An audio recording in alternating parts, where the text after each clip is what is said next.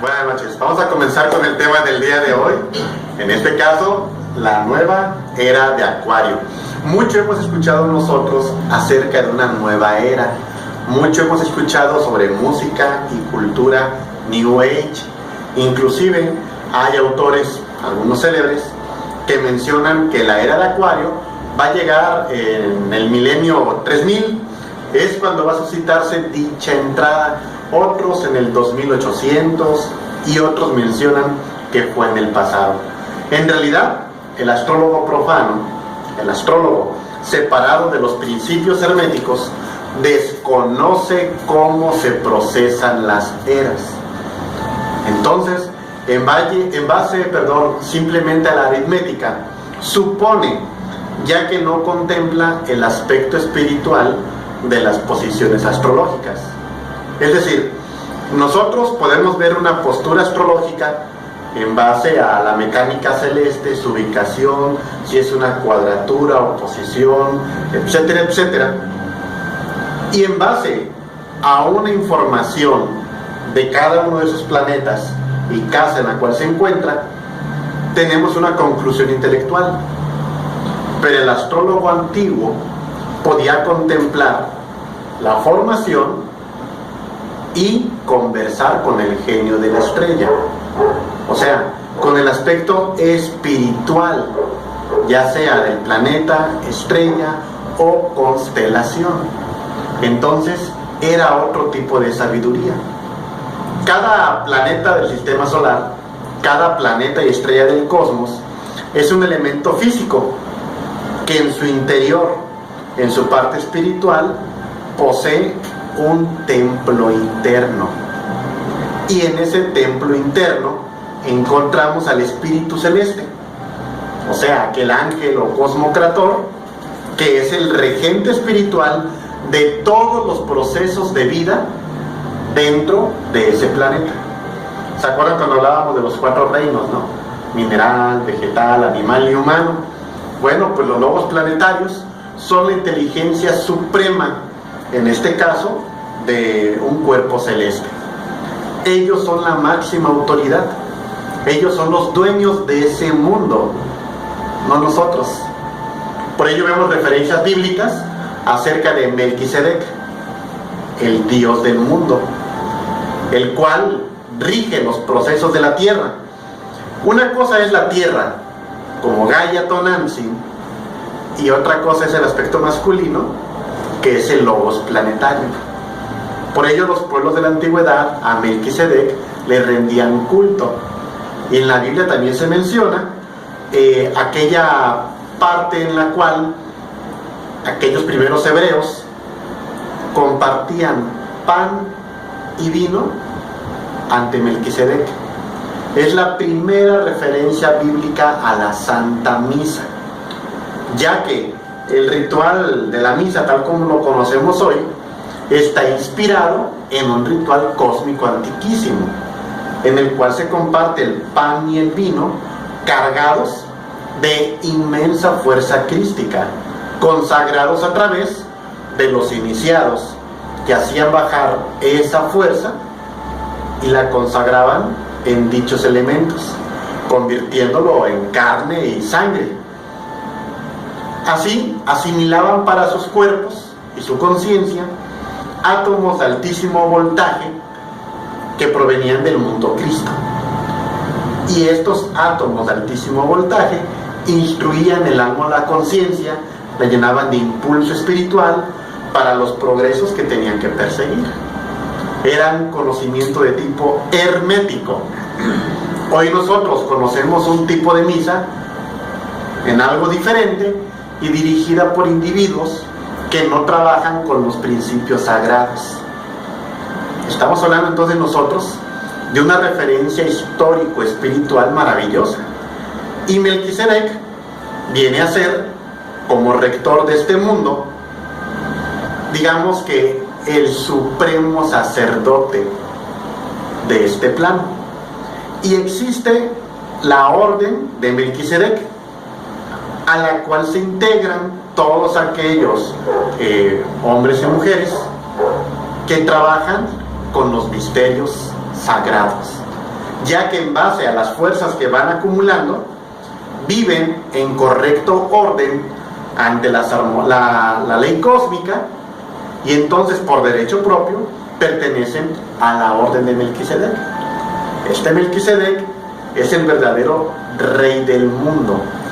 Así, cuando nosotros estamos estudiando el cristianismo primitivo, nos topamos por allí cómo es que el símbolo del pez fue el símbolo que acogieron los primeros cristianos, precisamente porque durante la época del Maestro Jesús nos encontrábamos bajo la regencia de la casa zodiacal de Piscis.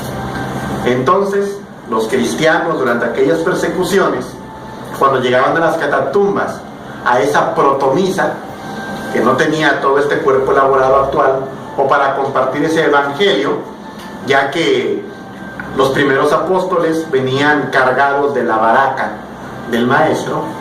La baraca es un poder espiritual que un ser superior plasma en sus mensajeros. Entonces esa fuerza hace cosas maravillosas. Esa fuerza convence a las multitudes. Esa fuerza le da potestades espirituales para avalar el mensaje que porta. Entonces, aquellos apóstoles revestidos de esa baraca, pues compartían la sabiduría crística y enseñaban en base a las anécdotas del Maestro Jesús.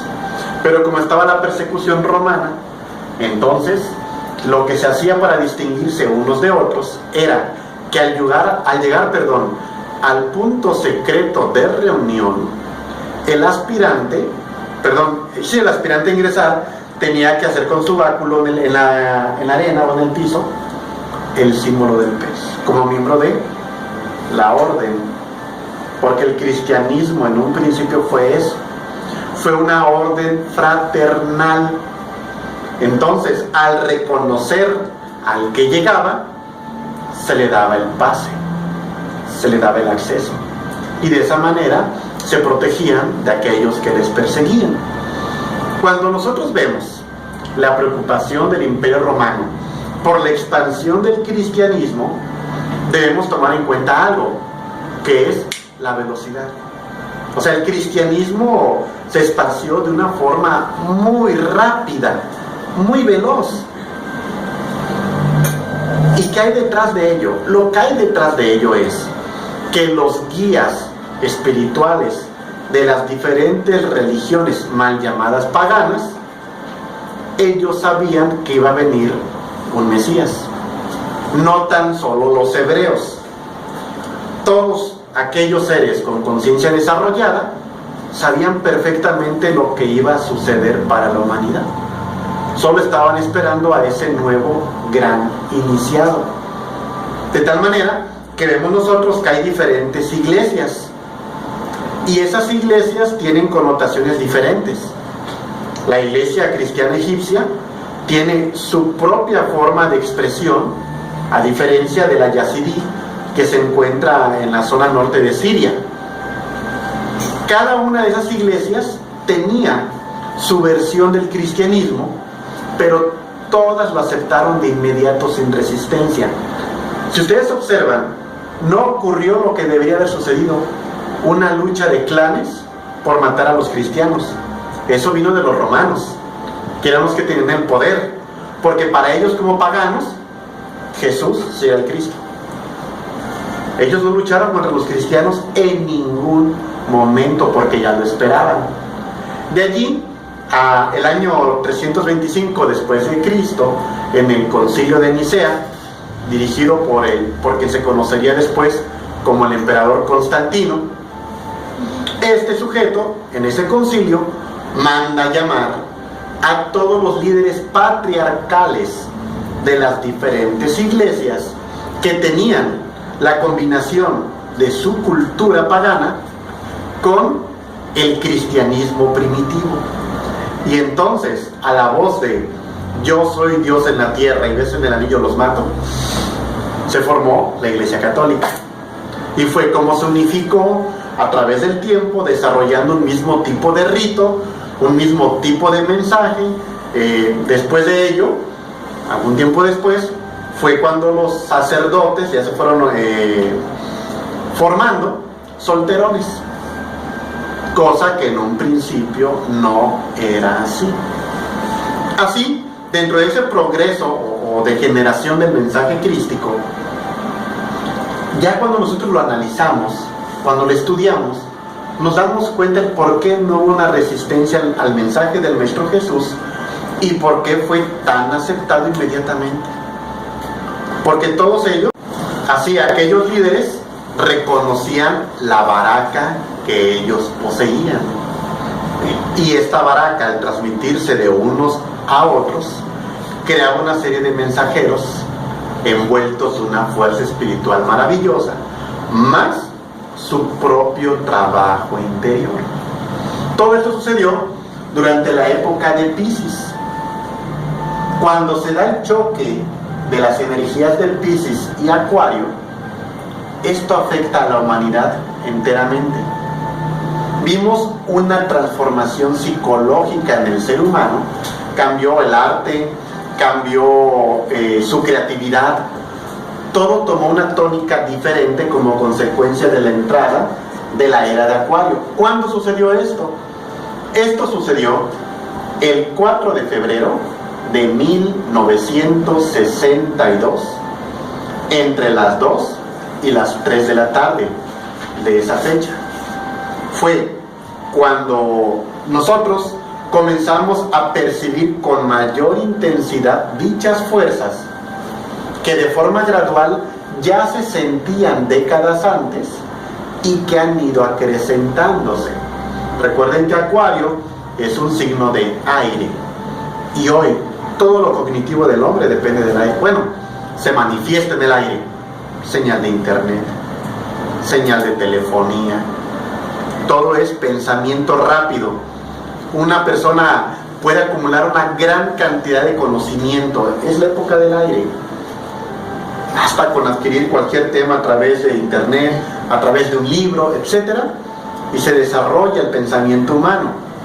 Eso no despierta la conciencia, pero es una de las características de la constelación de Acuario o de su energía vibrando hacia nosotros.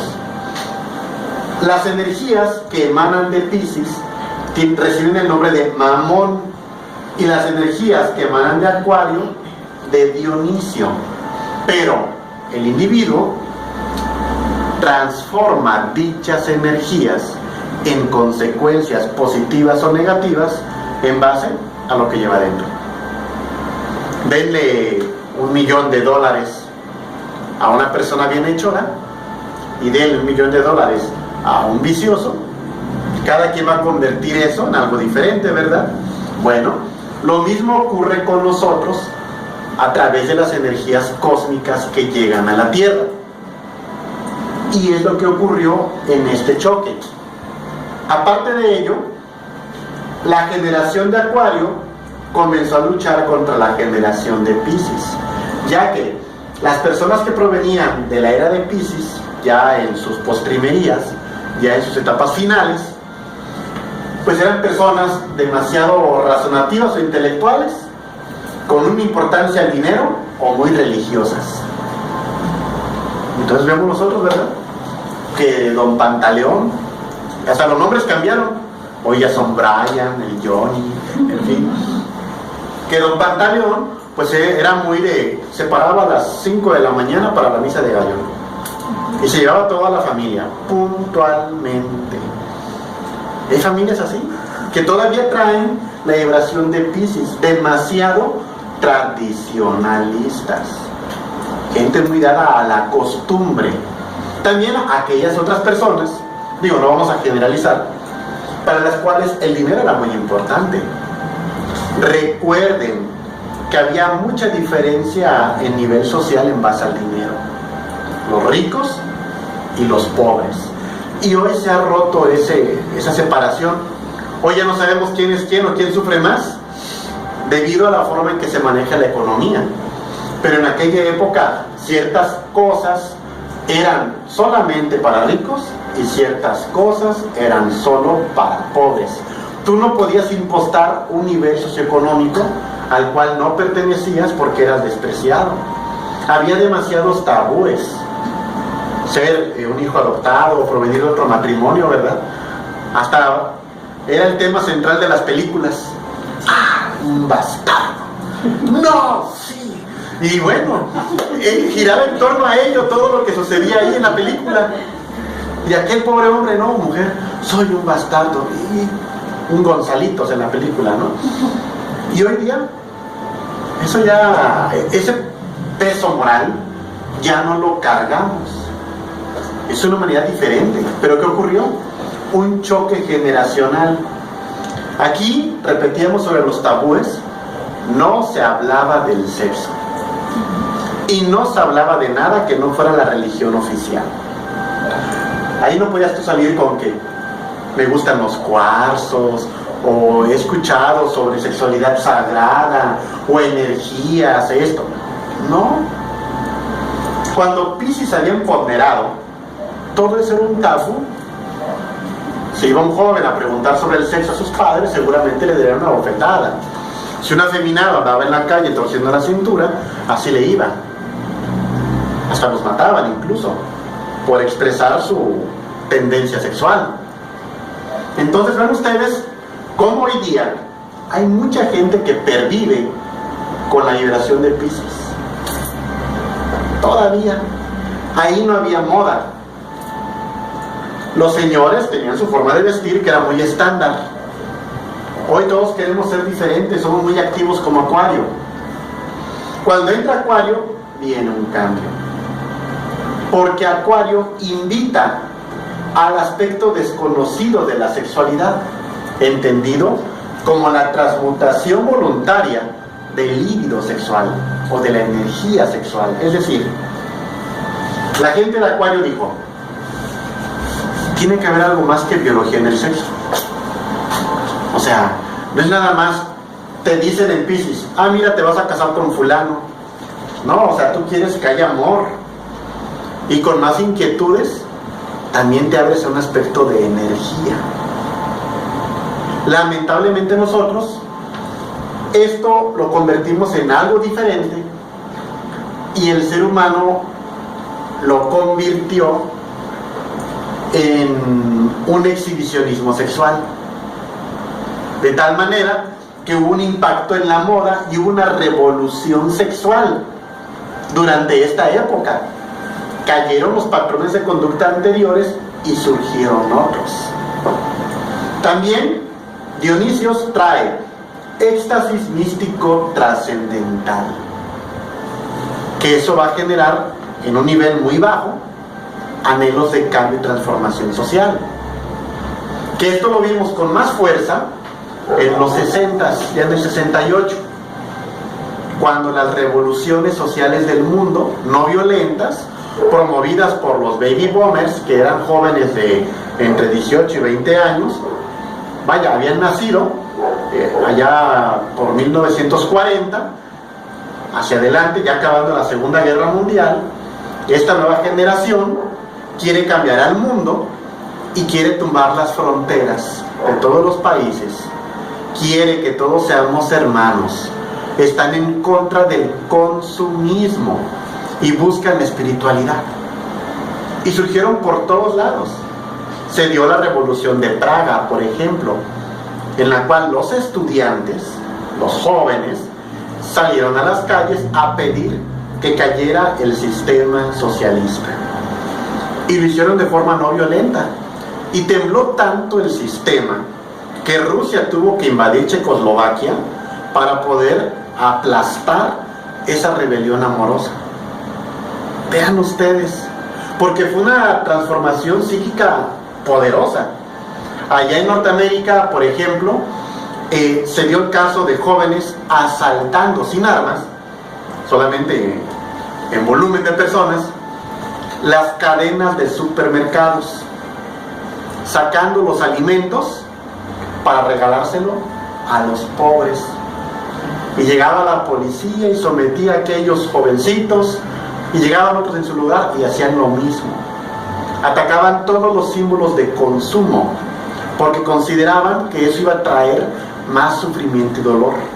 Lo veían como una acción egoísta y negativa del ser humano que nos conduciría a un capitalismo sin escrúpulos. No se equivocan. Y lucharon mucho. Fue la época de Martin Luther King, hablando de pacifismo y no violencia. Fue la época en la cual Norteamérica se encontraba sumergida en la guerra de Vietnam. Y aquellas multitudes de jóvenes luchando tras el símbolo del amor y no violencia, símbolo de la paz. Así, esta fuerza recorrió todo el mundo. En Francia, por ejemplo, en el mes de mayo, más de 9 millones de estudiantes y trabajadores salieron a las calles a tomar los centros de poder gubernamentales, solo para pedir que no hubiera fronteras, que se combatiera la pobreza y que nos viéramos como hermanos. A esa época pertenecen aquellas imágenes de damas insertando flores en los fusiles de los soldados. Los combatían colocándoles guirnaldas. Las jovencitas le hablaban de amor al militar, le daban sus besitos al militar y desarmaban los contingentes hablándoles de amor. ¿Qué podías hacer tú como gobierno si todos tus elementos operativos de ejército, policía, jueces, etcétera, tendrían que enfrentar a sus hijos? ¿Qué podías hacer? Francia tuvo que ceder en algunos puntos que se le pidieron y la revuelta se disipó sola porque lograron grandes avances sociales, pero en otros lugares no fue permitido.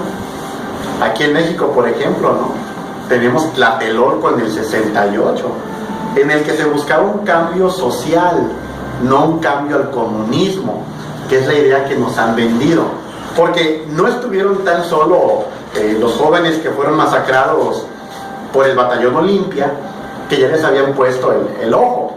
No, había otro tipo de movimientos espirituales también manifestándose dentro de este proceso en Tlatelolco. Lamentablemente fueron reprimidos. Entonces, hubo una serie de movimientos a nivel internacional.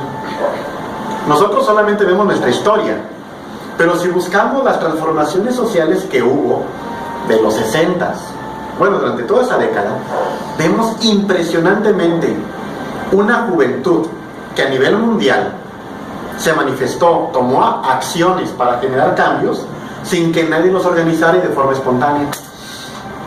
Y fue por esto. Fue por la entrada de la onda dionisiaca, que llegó y transformó a los jóvenes, de tal manera que estos andaban por las calles haciendo debates y predicando sobre no violencia, espiritualidad y cultura oriental. Diciendo, ¿cómo es posible? Sí, pero no confundamos a estos jóvenes de Acuario con el movimiento hippie. El movimiento hippie es algo diferente a esto que sucedió primero, cuando era la época de la inocencia, cuando los Beatles se lanzan todavía a la India para aprender meditación trascendental con Maharishi. Los Beatles tenían una gran misión, o sea, nacieron con un propósito, que fue fortalecer ese proceso a través de la música para crear una revolución mundial, en un aspecto de conciencia. Recuerden esas melodías, ¿no?, como la de Imagina, de John Lennon. O sea, uno lo lee y es un manifiesto de paz, de amor, de no violencia. Contrarios a ellos surgen los Six Pistols y surgen los Rolling Stones, y es cuando comienza a ver en la música blasfemia y anarquía, y se convierten en una influencia también por parte de la onda dionisiaca, pero en su aspecto negativo, porque en todo hay luz y en todo hay tinieblas. Entonces, durante este proceso, los Beatles se lanzan a la India con Maharishi, pero se rinden ante la disciplina y la austeridad. porque ellos estaban degenerando a través de la fama. Pues imagínense, el ambiente de la fama es terrible, acosados, jóvenes, bellos, ¿no? Entonces, cuando ellos se llenan de ese hartazgo, del disfrute de la materia, pues deciden buscar el camino espiritual. Pero como ya tenían vida de artista, no soportaron la austeridad del recinto donde Maharishi los recibe. Y entonces comienza a haber pues, un problema ahí fuerte con ellos, porque tenían que cuidar la forma en la que abandonaban ese intento en el cual fracasaron. Entonces surge un problema por allí interno en el que se difama Maharishi, y lo aprovechan ellos para botar la toalla y salirse. Y entonces, a partir de allí, cambia la línea vibracional de ellos y componen el álbum de Sargento Pimienta, que ya comienza a tener notas psicodélicas. Entonces vean ustedes, movimiento hippie y psicodelia no tiene nada que ver con las fuerzas de Acuario. Inclusive hay documentales sobre Woodstock, por ejemplo, que fue el último concierto masivo que se dio en Norteamérica. Más de 500,000 jóvenes ahí reunidos con música rock, ¿no? Para poder, ¿cómo explicarlo? Manifestar su revolución. Pero lamentablemente pues, acabó en una degeneración terrible debido a la droga. Pero durante estos documentales que he visto acerca de dicho evento, aparecen unas casas de Acuario, unas pancartas dando la bienvenida a las juventudes acuarianas. O sea, eran diferentes grupos movidos por la misma fuerza cósmica, y algunos sabían que esa fuerza existía. Por eso es que vimos nosotros que durante esa transición entró la cultura oriental con mucha fuerza y se comenzó a hablar ya de cosas que no se hablaban. Surgió la palabra karma como algo nuevo, reencarnación, se comenzó a hablar de sanación, de energías, pero también estaban sucediendo otras cosas a nivel mundial. Por ejemplo, el descubrimiento de los rollos del Mar Muerto en 1945 fueron vendidos a diferentes compradores, coleccionistas privados, y de una u otra manera fueron siendo regalados al mismo investigador, que pudo armar de este modo estos evangelios apócrifos. Y también tenemos el caso de los evangelios gnósticos, en los que se describe la vida marital de Jesús, inclusive, donde se menciona cómo él besaba en la boca a María. Esto también ocurre durante esa misma época. En esa misma transición de tiempo, el Reiki abandona Japón. Es cuando Hawayo Takata es convocada, justo cuando Japón ha declarado la guerra a través del ataque a Pearl Harbor. Es llamada ella a Japón por parte de Hayashi, que era el máximo maestro de Reiki, directamente otorgado por Mikao Usui ese cargo. Pues este Hayashi se proyecta en el astral, o le manda un sueño en el que ella en la noche ve al señor Hayashi con un kimono blanco y que le pide que regrese a Japón. Ella llega a Japón. Cuando llega, se presenta en la escuela del Dr. Hayashi y lo encuentra él con el mismo kimono en postura de meditación, solo esperando a que ella pasara la puerta. Y es donde él, ante todos, la nombra la maestra sucesora de Reiki. Y ya explica él que como miembro de la Armada japonesa iba a ser enviado a la guerra seguramente, ya que él dirigía una fragata, pero como maestro de Reiki él no podía matar. Entonces practica un sannyasi, una técnica de meditación que provoca que desencarne, provoca un paro cardíaco. Pero claro, buscamos en Wikipedia que dice Hayashi, causa de muerte, suicidio. Es algo más profundo. Es un sacrificio para no matar, ¿verdad? Porque pues su honor como militar lo tenían en entredicho. Ya ven cómo es la cultura japonesa. Entonces Hawayo Takata había pasado muchos años de que había recibido Reiki y estuvo en Hawái sin practicar. Regresa, la hacen la líder, y después de ello, gracias a la Segunda Guerra Mundial, las bombas atómicas, prácticamente desaparece Reiki de Japón. Entonces Hayashi supo, a través de la intuición, que para preservar el Reiki tenía que ser a través de alguien que no perteneciera a Japón, que era Hawayo Takata. Ella nace en Hawái, descendiente de padres japoneses. Y el Reiki va a hacer mucha falta en el futuro. ¿Por qué? Porque dentro de ese viaje cósmico de nuestro sistema solar, vamos a acercarnos mucho a un sol llamado Alcione. Este sol Alcione posee unos anillos radioactivos que transforman la materia. Entonces, los elementos químicos, las fórmulas químicas tal como las conocemos, por esa influencia radiante, van a cambiar. Y poco va a poder hacer la medicina tradicional por el hombre en aquellos momentos.